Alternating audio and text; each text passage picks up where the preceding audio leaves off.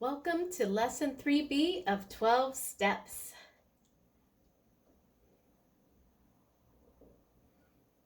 Jesus gives you true freedom.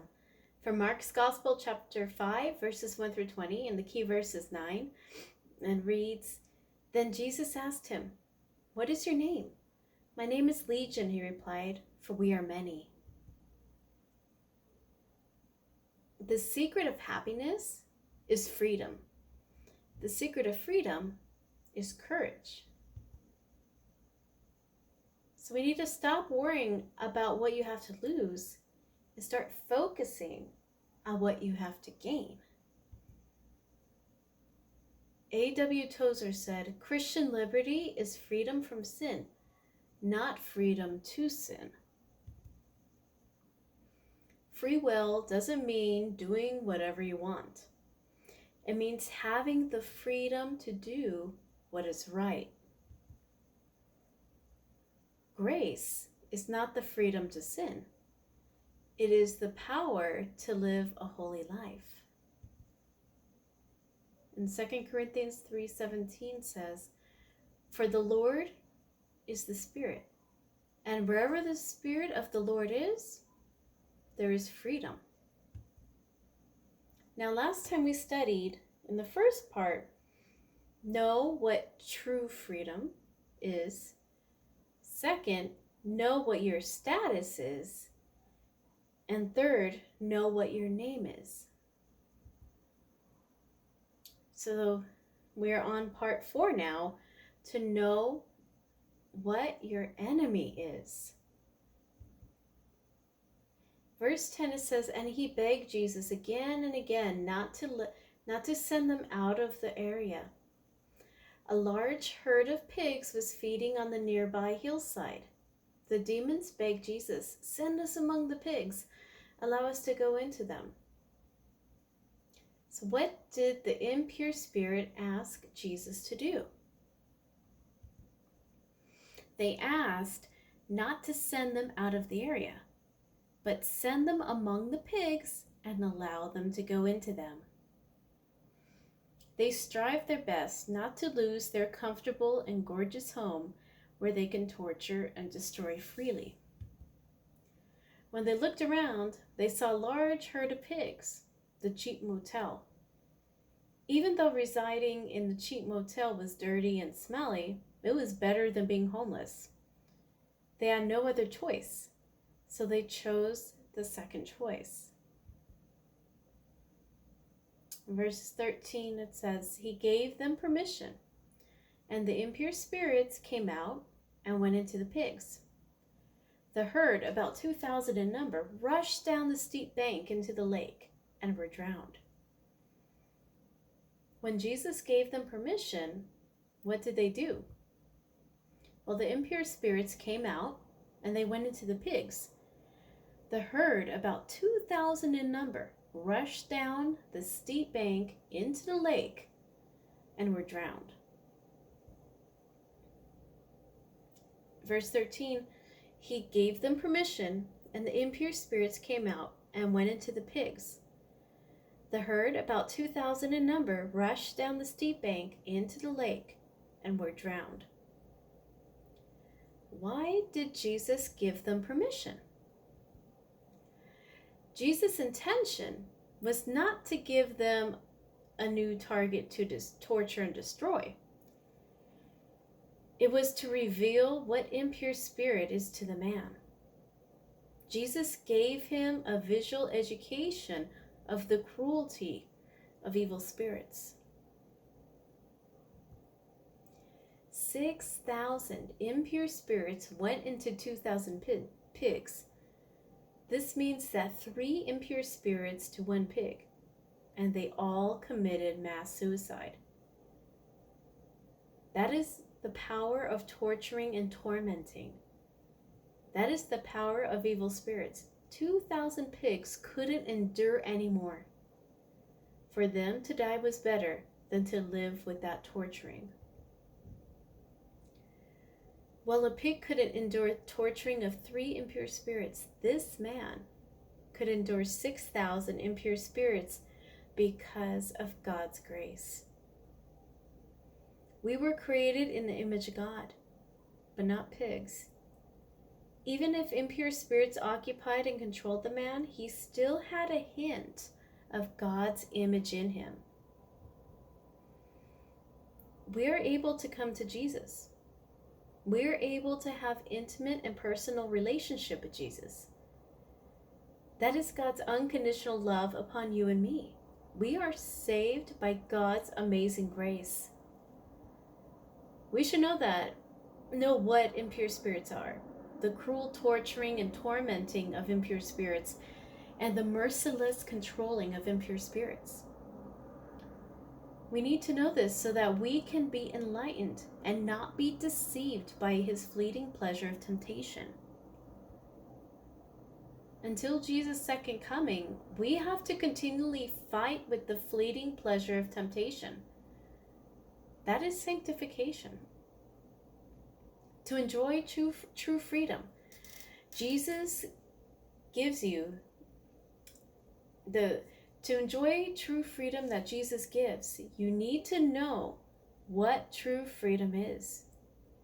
You need to know what your status is, what your name is, and what your enemy is. Know your enemy. Your biggest enemy is yourself, your worldly thoughts. Manage your thoughts. Know your enemy and know yourself. You can fight 100 battles without disaster.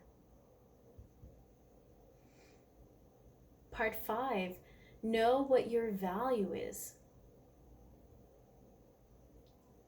In verses 14 and 15 it says, "Those tending the pigs ran off and reported this in the town and countryside, and the people went out to see what had happened. When they came back to Jesus, they saw the man who had been possessed by the legion of demons sitting there, dressed and in his right mind, and they were afraid." What did the townspeople see and hear? Well, the townspeople heard the report of those tending the pigs. The townspeople also saw two things: the healing of a demon-possessed man and the pig's mass suicide. They saw at the same time healing and money. They should be very happy because of their friend's healing and a new life, but they weren't.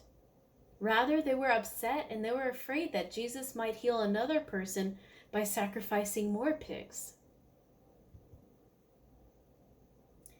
Verses 16 and 17 says, "Those who had seen it told the people what had happened to the demon-possessed man, and told about the pigs as well. Then the people began to plead with Jesus to leave their region." Why did they plead with Jesus to leave the town? To them, 2,000 pigs were more precious than their friend's life. They didn't know that each of themselves was more precious than 2,000 pigs. They loved money more than anything else. They were frustrated. They could not understand Jesus, who treated the man's life as more important than 2,000 pigs. So they rejected Jesus. The Bible warns us, "For the love of money is a root of all kind of evil." Some people, eager for money, have wandered from the faith and pierced themselves with many griefs.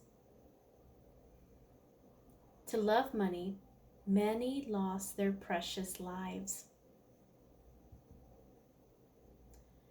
In verse 16 it says, "Those who had seen it told the people what had happened to the demon-possessed man, and told about the pigs as well. Then the people began to plead with Jesus to leave their region." What did this show about them? It showed that they loved their pigs more than their own life. Probably because they stayed with pigs, thought about pigs, and concerned about pigs. So they themselves became like pigs, greedy and selfish. You are what you think of. Yes, of course we need money to live. We need money for our lives. So we have to use money for our lives. That is the right concept. That is the right perspective. But impure spirits tempt us to use our lives for money. As a result, many people dedicate their lives to make money. They don't use money for their significant, meaningful, and fulfilling life, but use their precious life only to make money.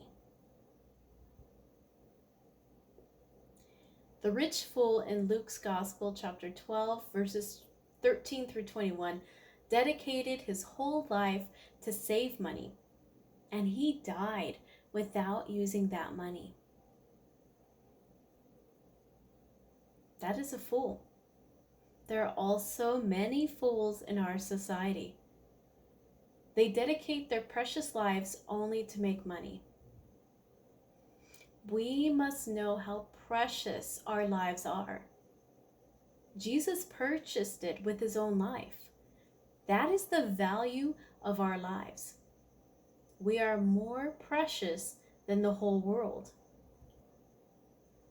To live, we need money. But we cannot use our precious lives only to make money. We need to know how precious we are.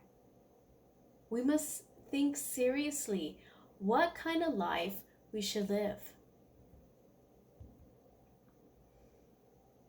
Your life will be determined not by the situation, not by Satan, but by your own choice, your thoughts.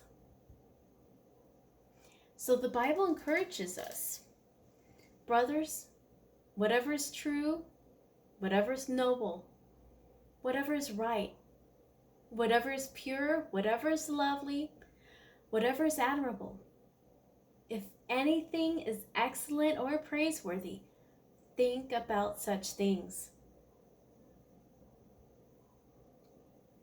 When you renew your mind, you will be healed. You will be restored and transformed into a precious man of God. You are the manager of your life. You are the one who should take care of your life. To enjoy true freedom, you need to know what true freedom is, what your status is, what your name is, what your enemy is, and what your value is. You are more important than you realize. You are precious and highly valuable in the eyes of God. In part 6, know how to use your freedom. Verses 18 through 19, it says, as Jesus was getting into the boat, the man who had been demon-possessed begged to go with him. Jesus did not let him, but said, go home to your own people and tell them how much the Lord has done for you and how he has had mercy on you. What mission did Jesus give to him? Jesus was pleased with this man's new desire to follow him and become his disciple. In the past, he had followed impure spirits, but now he wanted to follow Jesus. His new desire was beautiful. Jesus gave him the best way for him to follow Jesus. It was to spread what Jesus had done in his life to the hometown people. God wanted him to be a gospel worker in his hometown first. In verse 20 it says, so the man went away and began to tell in the Decapolis how much Jesus had done for him. And all the people were amazed. How did he obey? Well, obedience was his gift to Jesus. Even though he eagerly wanted to follow Jesus, he obeyed by denying his own will. He put Jesus' will above his own will. At first, he only thought about his own will, how good it would be to follow Jesus. But now he began to think about Jesus' will, to be a gospel worker in his hometown. He finally came to know how to enjoy his true freedom. He denied his own will to follow that of Jesus. Enjoy true wisdom to be a disciple of Jesus in this generation. So the man went away and began to tell in the Decapolis how much Jesus had done for him, and all the people were amazed. Why did he obey? He had a thankful heart. Always be thankful in Jesus and say, "Thank you, God. From now on, I will follow Jesus."